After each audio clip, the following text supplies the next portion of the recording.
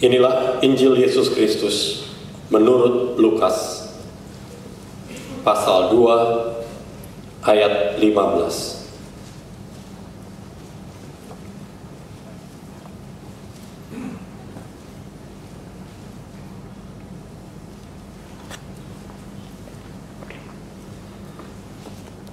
Setelah malaikat-malaikat itu meninggalkan mereka dan kembali ke sorga, gembala-gembala itu berkata seorang kepada yang lain, "Marilah kita pergi ke Betlehem untuk melihat yang terjadi di sana, seperti yang diberitahukan Tuhan kepada kita." Lalu mereka cepat-cepat berangkat dan menjumpai Maria dan Yusuf dan bayi itu yang sedang berbaring di dalam palungan.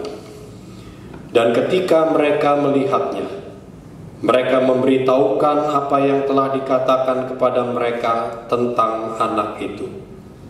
Dan semua orang yang mendengarnya heran tentang apa yang dikatakan oleh gembala-gembala itu kepada mereka.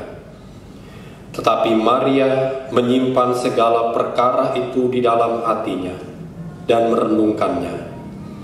Maka kembalilah gembala-gembala itu sambil memuji dan memuliakan Allah karena segala sesuatu yang mereka dengar dan mereka lihat, semuanya sesuai dengan apa yang telah dikatakan kepada mereka. Dan ketika genap 8 hari dan ia harus disunatkan, ia diberi nama Yesus, yaitu nama yang disebut oleh malaikat sebelum ia dikandung ibunya. Demikian saudara-saudara pembacaan Alkitab. Berbahagialah mereka yang mendengarkan firman Allah dan memeliharanya. Haleluya.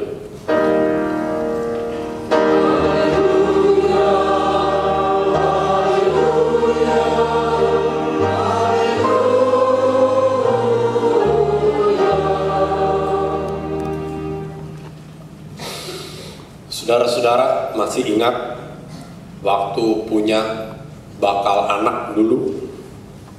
Salah satu yang merepotkan dan memang harus disiapkan menjelang kelahiran anak adalah mencarikan nama untuk anak. Paling susah.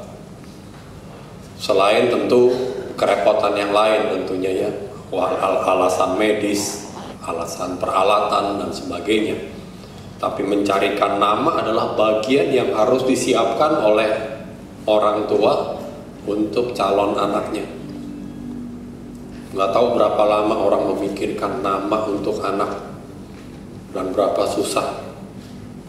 Makanya kemarin itu saya mendengarkan cerita Didi Ninitowo waktu dia berganti nama, katanya mendadak tahun 65. Wah, itu susah. Makanya dibilang orang pada waktu itu ganti nama ya asal ada aja namanya, yang penting namanya ganti gitu ya. Karena diburu-buru, didesak-desak, nggak seperti zaman normal orang berpikir tenang-tenang untuk mengganti nama. Jadi karena selain wajah, seseorang dikenal juga melalui nama. Maka nama bagi orang itu penting. Bagi manusia nama penting. Bagi banyak budaya bahkan nama merupakan hakikat dan martabat. Hakikat dan martabat. Nama itu penting. Makanya ada orang yang namanya Sugiarto, ada pendeta Sugiarto. Ya. Harapan orang tuanya supaya Artoni pun sugih begitu ya. Mungkin pendeta Sugiarto dari Taman Aries itu Artoni punnya juga sugih gitu ya. Banyak hartanya, kaya. Orang dikenal dari nama. Bukan hanya nama bagi manusia, tapi manusia juga memerlukan nama bagi makhluk-makhluk sekitarnya. Kita memberikan nama. Tanpa nama mungkin manusia tidak dapat saling berkomunikasi atau mengirim pesan. Namun lebih daripada itu, komunikasi melalui nama merupakan penerusan jalinan darah dari satu generasi ke generasi berikutnya. Ini nilai nama. Sehingga bacaan kita pada hari ini adalah tentang Yesus diberi nama 8 hari atau kira-kira sepekan setelah ia dilahirkan. Nama mengandung nilai pewarisan. Oleh karena itu pemberian nama adalah peristiwa penting dalam rangkaian kelahiran, termasuk kelahiran Yesus. Ketika Yesus dilahirkan, ia belum punya nama. Setidaknya ia belum diberikan nama secara sah. Sudah disebut-sebut tetapi belum dikenakan nama. Maka 8 hari kemudian Yesus diberi nama bersamaan dengan peristiwa penyunatannya. Oh, ini sebuah kisah budaya manusia. Orang diberi nama, disunat pada hari yang ke-8 setelah kelahirannya. Ini tradisi Yahudi sebagaimana dipersaksikan oleh penginjil Lukas. Sunat dan pemberian nama penting bagi orang yang baru dilahirkan, khususnya bagi orang timur. Nama adalah hal penting, dan penyunatan bagi banyak budaya manusia di dunia ini adalah hal yang penting. Apa artinya? Apa maknanya? Wah, saya cari-cari informasi susah, saudara-saudara. Kebetulan ketemu sebuah ritus inisiasi. Cerita inisiasi orang disunat bertepatan dengan orang diberi nama. Ada sebuah ritus, setiap budaya beda-beda waktunya, tapi orang Yahudi katanya disunat itu peristiwa mutilasi, memperdarahkan dan memotong bagian genital dari manusia itu merupakan pewarisan roh orang tua atau si bapak kepada anaknya. Jadi itu peristiwa penting, makanya bagian genitalnya dipotong sedikit. Lalu dengan begitu apa yang ada yang baik tentunya dari si bapak itu, dari orang tua, rohnya itu diteruskan oleh anak. Maka mendapatkan nama juga anak itu. Namanya dari mana? Wah, bagi orang timur nama itu penting. Diambil dari nama orang tuanya, diambil dari nama kakek neneknya. Jadi ada bagian urutannya namanya nggak berubah sama sekali, nggak berubah semuanya. Masih ada peninggalan-peninggalan si bapak atau si ibunya.